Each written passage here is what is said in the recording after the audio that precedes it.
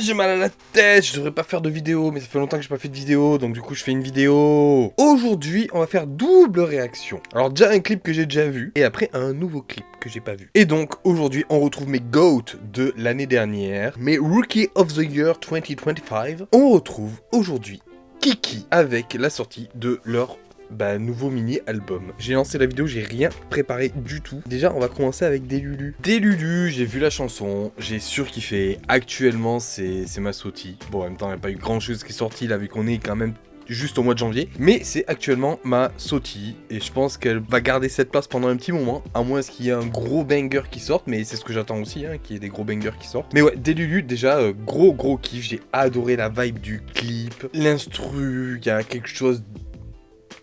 J'ai pas le mot, on va rester sur ça, il y a quelque chose, ça serait tout. Non, je vais revenir dessus, je vais parler du clip, tout ça, de toute façon, ça permet de revivre aussi la chanson ensemble. De vous dire, ça j'ai aimé, ça j'ai pas aimé, voilà. Et ensuite, on va écouter, réagir à 404, New Era, New Age ou New Era, je me rappelle plus. Oui, c'est New Era. Je sais pas si c'est un lien avec Error 404, New Era, Error 404, Error 404. En général, c'est quand tu cherches quelque chose sur internet et la page est introuvable, soit avec une erreur d'URL, je sais pas, est-ce qu'il y a un lien là-dessus, on va voir à travers le clip. Donc c'est parti pour Delulu, play.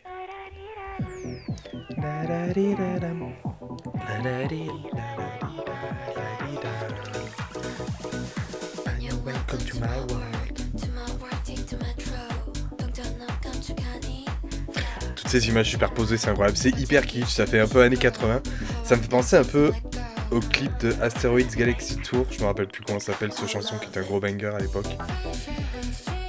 Mais même d'autres effets que tu pouvais retrouver dans les clips des années 80, même années 2000 aussi, il y a une petite vibe un peu là-dedans. Mais avec cet effet là, toutes ces lumières là sur les côtés, tous les flares des lumières, tout ça c'est hyper kitsch. Et j'aime beaucoup le travail de lumière, ça apporte énormément de couleurs. Tout ce qui manquait, putain, dans la K-pop, dans les clips de K-pop, là, l'année dernière, Kiki l'apporte encore une fois, avec Delulu. Putain, ce passage avec Sui, je le trouve incroyable. Juste même, la superposition là de Sui, j'adore.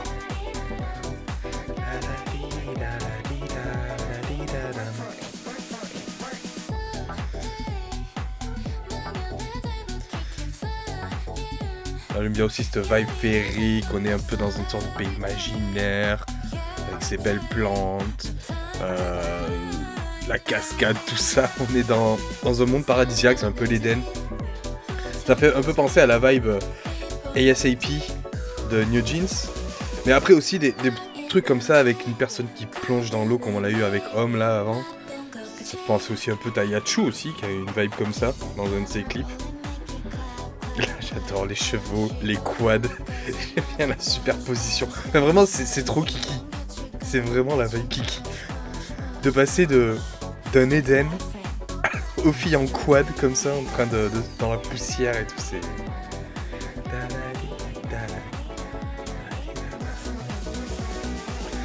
Il y a rien... Il y a beaucoup d'absurde. J'adore ça, c'est vraiment ce côté absurde.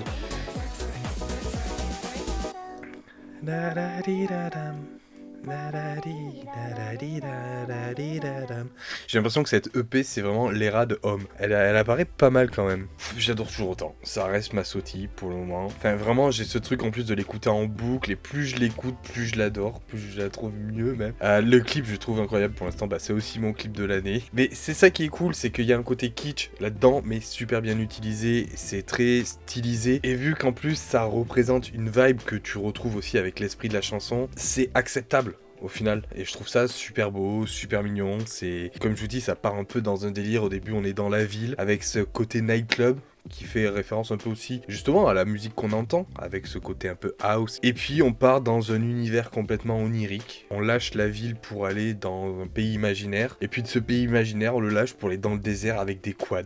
Des quads et des chevaux. Il n'y a pas de limite en fait. Il y a vraiment zéro limite. Et je trouve ça super intéressant de jouer avec tous ces codes visuels, toute cette iconographie, tout mélangé. Et je suis sûr qu'on va avoir la même chose avec 404 New Era. Parce qu'on est aussi dans ce délire années 2000, qu'on a pu le voir avec la promotion. Déjà déjà la miniature, on voit Homme qui est là avec derrière les effets un peu Dance Dance Revolution. C'était quand même un jeu phare dans les années 2000. Écoutez, on va le regarder, on va réagir de suite et voir si la title track vaut tout autant le coup. Donc, 404 New Era, c'est parti. 나 혹시 춤추는 거 찍어줄 수 있어? 아 아니 안 될 거야. New Year countdown. 맞아. 우와. 진짜 너무 알았어요. 헐. 아니. 자 빨리 소원 빌자. 소원 빌자. 들고 있어? 진지하게 빌어볼까? 자 이제 부는 거야. 자. 3, 2, 1.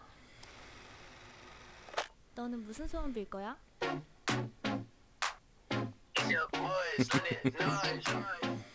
C'est trop bien de mettre elle toute petite. Ah, Kia, putain, cette voix, elle est incroyable. J'adore sa voix, Kia. Puis ça tape bien dès le début, franchement. Au niveau de la voix, elle impose un truc de ouf dès le début.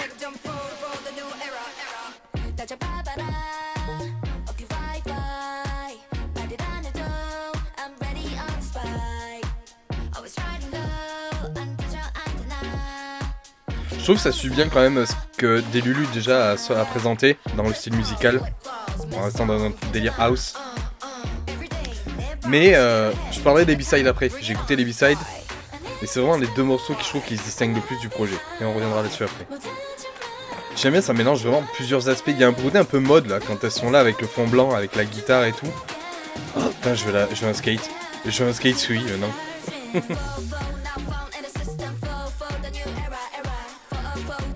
Ouais, enfin, tellement dans cette imagerie. Ça mélange un peu tout, il y a aussi le côté Dreamcore, il y a le côté Y2K, là ça fait penser un peu à New Jeans aussi dans la vibe, enfin, c'est pas parce qu'elles sont dans un skatepark et tout, il y en a plusieurs qui ont fait dans un skatepark. Hein. 80s avec Wave, c'était dans un skatepark.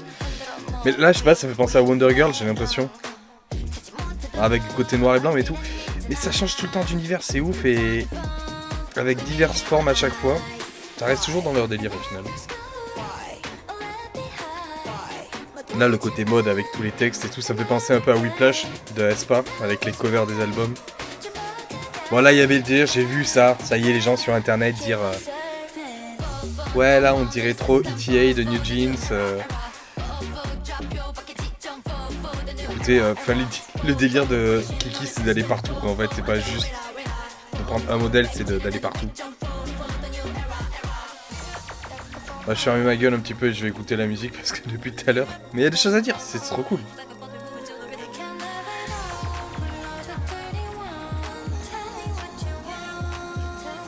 Donc, du coup là, cette partie là, le petit bridge il est bien. Il est bien, il a pas mis de grosse rupture. Il fait juste un. On se pose tranquillement. Et puis il y a ce côté aérien qu'on retrouve pas mal dans les chansons aujourd'hui.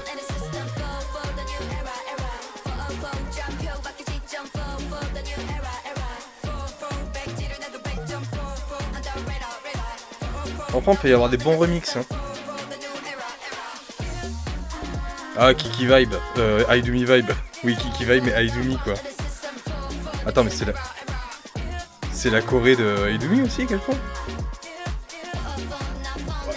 Le Cambron et tout, pareil.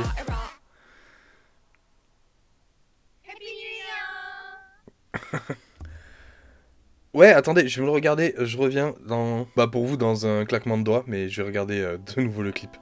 Voilà, c'est bon, je suis disponible. Je veux juste revenir sur un truc, c'est que de plus en plus sur les réseaux sociaux, on le voit maintenant, vous avez les accusations de plagiat, tout ça, hein, un tel a fait comme un tel et tout. Et aujourd'hui, il y a des sauces aussi qui tombent par rapport à Kiki, par rapport à ce qu'il y a eu avec New Jeans, Elite, tout ça. Et ça me casse un peu les couilles parce que d'un autre côté, bah moi je vais plus me ranger aussi d'une certaine manière de ceux qui vont être contre le plagiat, mais d'un autre côté aussi il y a des codes visuels, des inspirations, il y a une inspiration aussi, ça existe, hein, et tu as des images, une iconographie, des façons de faire, des styles qui sont repris petit à petit et qui sont modifiés. Ça a toujours été comme ça dans l'art. Et là justement quand moi je vois une image à travers ce clip de 404, je me dis tiens ça fait penser à Whiplash, tiens ça fait penser à New Jeans, voilà, je ne veux pas dire que c'est du plagiat. justement parce que ce n'est pas des scènes qui sont reproduites à l'identique, non, on retrouve un esprit, mais si ça se trouve, bah c'est juste une coïncidence, hein, ou peut-être que oui, c'est fait exprès et il y a une inspiration, mais en attendant, le plus important, c'est de se dire, est-ce que la scène est reproduite à l'identique? Non, ce n'est pas du tout le cas. Et des scènes, par exemple, dans le skatepark, parce que je l'ai vu passer sur Twitter, ça, bah oui, tu le retrouves dans Hype Boy, Zoom de Youspire, ou même dans Wave de 80s. Donc tourner un clip dans un skatepark, ça a déjà été fait 1000 fois. Il y a la scène de la piscine, donc ouais, ça fait penser peut-être à ETA, parce qu'ils dansent autour d'une piscine, mais ce n'est pas exactement la même scène. Ce n'est pas une fête. Là, c'est juste des gens qui dansent autour de la piscine. Et puis, là où je trouve que Kiki se démarque et tient aussi son originalité, c'est que plutôt que de garder juste une zone, un ensemble, une séquence, avec juste tel code, eh bien, ils vont décider de mettre différentes scènes, avec différents codes, différentes formes, qui ne sont pas du tout cohérentes. Et pourtant, ensemble, bah c'est vrai que si on met pas la musique, on se dirait peut-être ouais ça va pas trop bien ensemble. La musique fait un peu le lien dans tout ça, par rapport au fait que bah, elle ramène à notre nostalgie, et le clip aussi ramène à notre nostalgie. Ça, on va revenir là-dessus, parce que bon, si vous avez connu les années 2000, bah ouais, vous allez être assez touché par ça. Mais même sans avoir connu les années 2000, ben on peut être aussi touché. Et là est la force de Kiki avec leur concept. Elles aussi présentent un concept intergénérationnel, parce que tout ce qui est utilisé est là pour appuyer sur ce qui pourrait te faire plaisir, ce qui pourrait te rappeler des souvenirs, ce qui pourrait te mettre à l'aise dans une situation confortable. Ça te fait partir loin. C'est ce qui s'appelle la anémia. En gros, c'est éprouver de la nostalgie pour une époque qu'on n'a pas vécue. La K-pop s'est réappropriée les années 2000, l'a transformée et a réussi à toucher un public qui est né dans les années 2000, comme les membres de Kiki, et qui justement vont jouer là-dessus. Et ainsi, ceux qui ont connu les années 2000 et ceux qui sont nés pendant et après vont se retrouver là-dedans. Et ainsi, ça devient de la musique intergénérationnelle. Sinon, parce que là j'ai beaucoup parlé, hein, mais pour revenir sur la musique, ce que j'adore déjà, c'est que merci Kiki de lâcher la Jersey Club. J'ai adoré la Jersey Club. C'est un rythme qui m'a énormément plu, notamment avec des gros bangers derrière. UK Garage, two-step, drum and bass et tout, s'il vous plaît,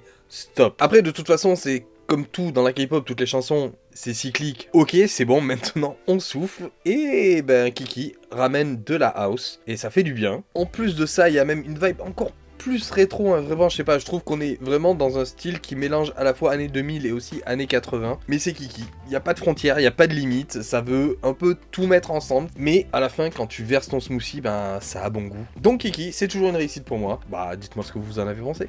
Putain! Là, il y a le nom des membres du groupe OWIS, un groupe virtuel qui va débarquer. Et il y a tout le monde qui était là à dire qu'il y avait Ginny qui serait dans le groupe. Et moi, j'ai dit non, elle sera pas dans le groupe. Et là, il y a des noms qui débarquent. Seren, Haru, Summer, Soy, Yuni. Il y a pas Ginny. J'avais raison. Punaise, elle est en train de démarrer une carrière d'actrice. Il faut la soutenir en tant qu'actrice. Il y en a beaucoup qui critiquent l'agence et tout en disant ouais, mais Ginny, c'était une chanteuse et tout ça, quoi. Et ben, si elle veut faire de l'acting, peut-être que c'est elle aussi qui l'a décidé. Et là, il y a un super film qui a l'air, enfin, je sais pas, je l'ai pas vu, mais ça a l'air trop bien. Ça s'appelle Boy. On retrouve aussi l'acteur qui joue dans Demon Catchers. Je sais pas quand c'est que ça va débarquer en France, ça sera peut-être au Festival du film coréen de Paris. J'espère qu'on pourra l'avoir pour le Festival du film coréen de Toulouse l'année prochaine. Putain, voilà, c'est là que les gens ils doivent écouter des Lulu. Vous avez trop mis des trucs en tête et tout, voilà, je sais que je passe du coq à l'âne, ça a rien à voir. Je l'avais dit, Ginny ne serait pas dans ce groupe. Ouais, je m'énerve tout seul.